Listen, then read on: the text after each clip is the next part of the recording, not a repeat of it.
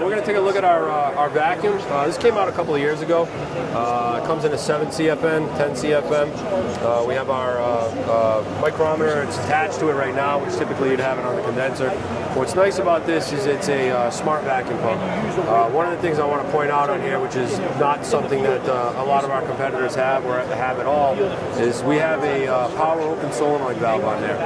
So what's nice about that is if you're doing a charging on a system for several hours, maybe a VRF system where you're going to run it for about 24 hours or more.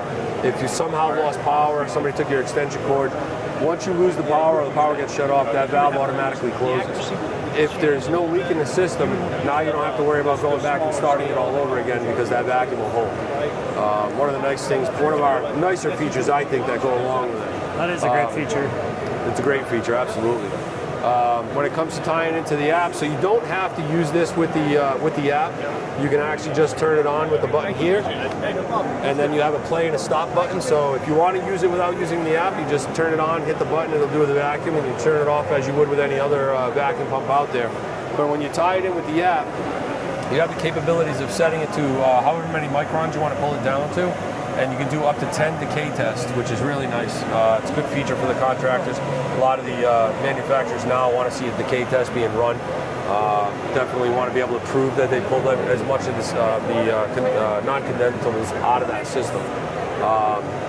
The other nice part of it as well is whatever you're doing when you're connected to the app will collect that data and be able to use that for a report.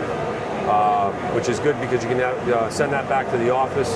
You can give a copy to the customer and say, this is what I've done, and this is exactly how I did it, and how far I got it pulled down to. So, the app checks is, and balances. Yeah, exactly. The app is something we really try to push, with our product, not just because, with the probes and being able to use it, but collecting that data, and having that repeatability with a contractor and having multiple trucks on the road and being able to perform the same work all the time. So what's nice about this, between the scale and the valve, so it's all wireless. You can get just the scale if you'd like. Excuse me. You still need to use the app to be able to see what you got on there. But what's nice about adding the charging valve is you can actually charge by superheat, subcool, or by weight. The nice part about that is as it's doing all that charging for you, it'll actually stop and complete the charge once it's reached the target values that you gave it. And that just goes in line with your charging hose. Yep. Okay. So you'll have one line come off, and it is directional, so you see the arrow on here.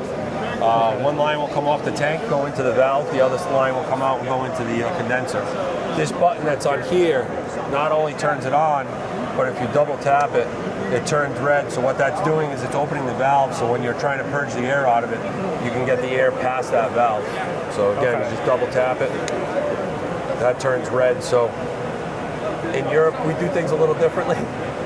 You would think when that light turns red, that it means the valve is closed. It actually means it's open.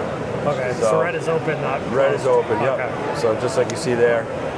If you're charging by superheat or subcool, but it's a cooler day outside, you can actually put a maximum weight in there. So, let's say it's 55 degrees and you're trying to charge this for air conditioning, but you can't hit your superheat or subcool numbers.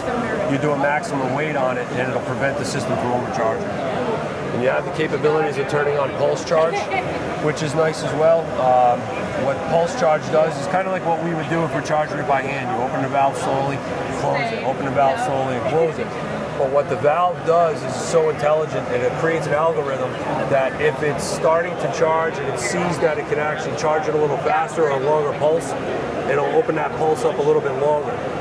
Shuts down, watches everything kind of stabilize, and then it'll open up again. If it's starting to see it's slugging the compressor, it'll slow it back down again and do shorter pulses. So it's a very intelligent valve.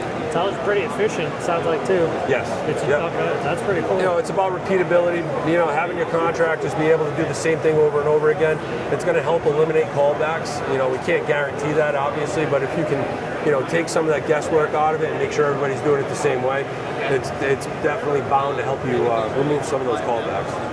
That's awesome. Yeah. Well, sweet. Yeah. Thank you very much. Not a problem. Appreciate you coming by. Yeah.